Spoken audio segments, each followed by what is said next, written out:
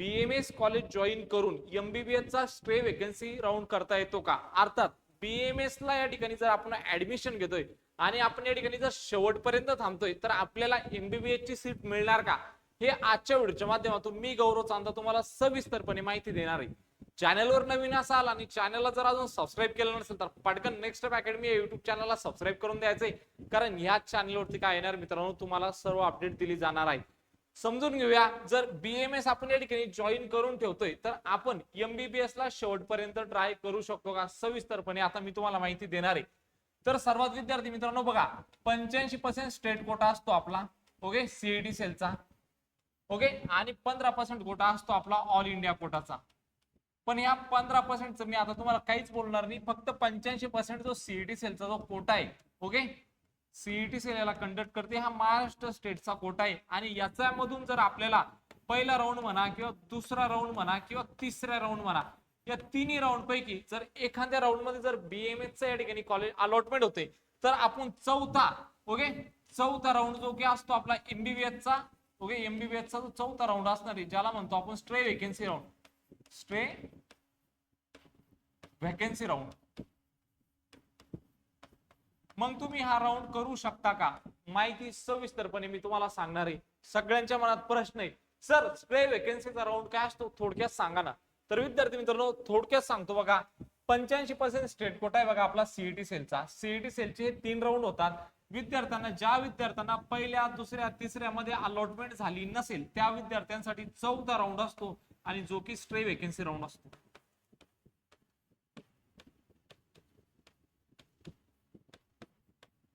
म्हणजे सांगण्याचं तात्पर्य असा, सीईटी सेलचे जे 3 राऊंड होतात, या तिन्ही राऊंड पैकी जर बीएमएस तुम्हाला भेटला असेल पहिल्या राऊंड मध्ये, ओके, आता ऑप्शन काय असतात बघा, पहिल्या राऊंड मध्ये जर तुम्हाला बीएमएस चा कॉलेज मिळाला तर विद्यार्थी काय करता, या ठिकाणी 2 पर्याय निवडता.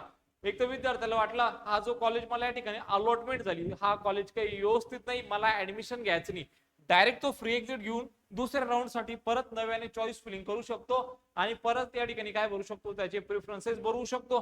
बरं, दुसऱ्या केसचे स्टुडंट असे असतात, मला पहिल्या राऊंड मध्ये जो बीएमएस चा जो कॉलेज मिळाला तो खूप चांगला कॉलेज आहे, मला आवडलाय कॉलेज, पण मला असं वाटतंय का जो दुसरा राऊंड होणार आहे त्या दुसऱ्या राऊंड मध्ये काय होऊ शकतो, मला आणखीन चांगला कॉलेज या ठिकाणी अलॉटमेंट होऊ शकते.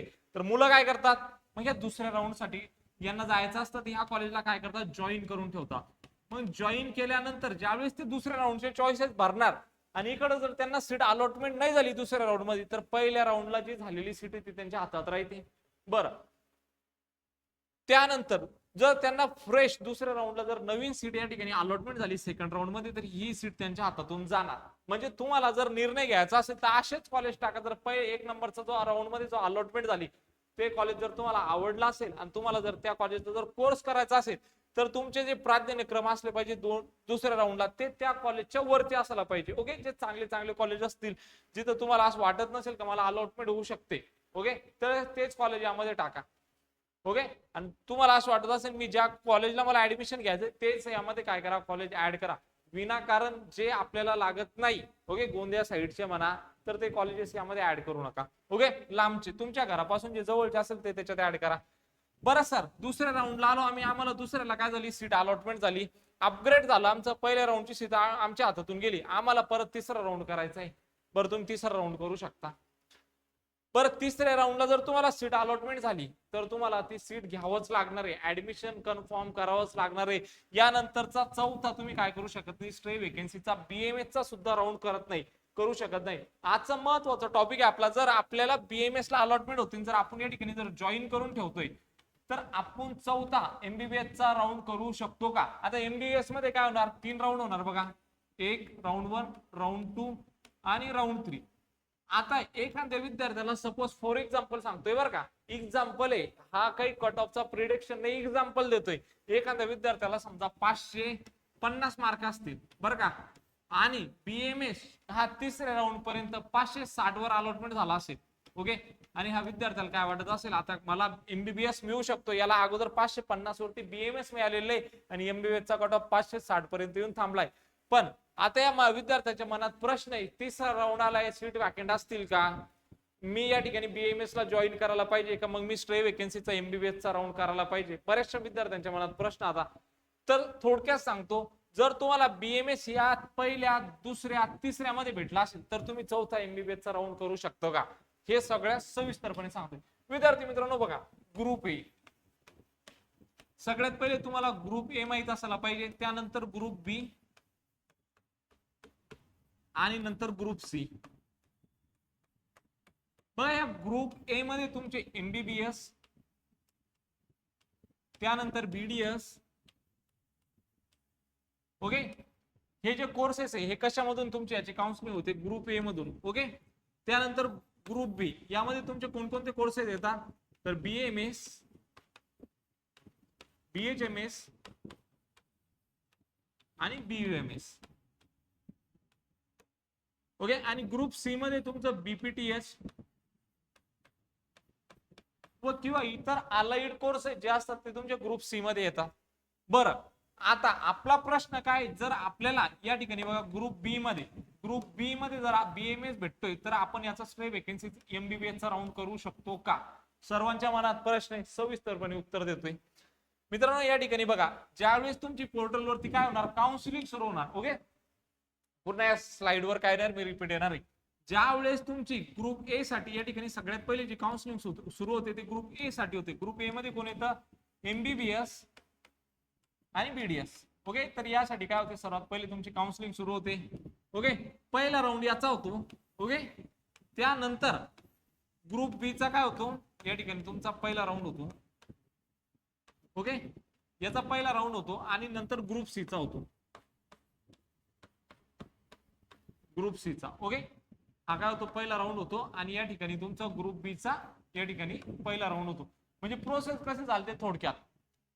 आता बघा, स्टार्टिंग इथून होणार, पहिला राऊंड एमबीबीएस चा होणार, पहिली याच्यासाठी चॉईसेस भरल्या जाणार, त्यानंतर याची सिलेक्शन लिस्ट येणार, मग मुलं जॉईन करणार, त्यानंतर ग्रुप बी साठी शेड्यूल येणार. ओके, त्याच्यानंतर पहिला राऊंड याचा होणार, त्यानंतर ग्रुप सी चा होणार. ओके, त्यानंतर परत दुसरा राऊंड बीएमएस चा होतो, सॉरी एमबीबीएस बीडीएस साठी होतो ग्रुप ए चा, त्यानंतर परत बीएमएस साठी होतो आणि त्यानंतर सुद्धा या ठिकाणी जो दुसरा राऊंड होतो तो ग्रुप सी साठी होतो. ओके, त्यानंतर विद्यार्थी मित्रांनो जो तिसरा राऊंड असतो तो या ठिकाणी ग्रुप ए चा होतो, परत इकडे ग्रुप बी चा होतो आणि परत इकडे ग्रुप सी चा होतो. परत प्रोसिजर याच्यावर येते. मग थोडक्यात जर ग्रुप बी, ओके, ह्या पहिला किंवा दुसऱ्या किंवा तिसऱ्या राऊंड मध्ये तुम्हाला जर कॉलेज भेटला असेल तर तुम्ही ह्यामध्ये पार्टिसिपेट करू शकता का, तर एका शब्दात उत्तर देतोय मित्रांनो, यस. तुम्ही याचा स्टे वेकेन्सीचा चौथा राऊंड करू शकता. कधी, जर तुम्हाला पहिल्या दुसऱ्या तिसऱ्या मध्ये जर इकडे अलॉटमेंट झाली असेल तर तुम्ही स्टे वेकेन्सीचा राऊंड करू शकता.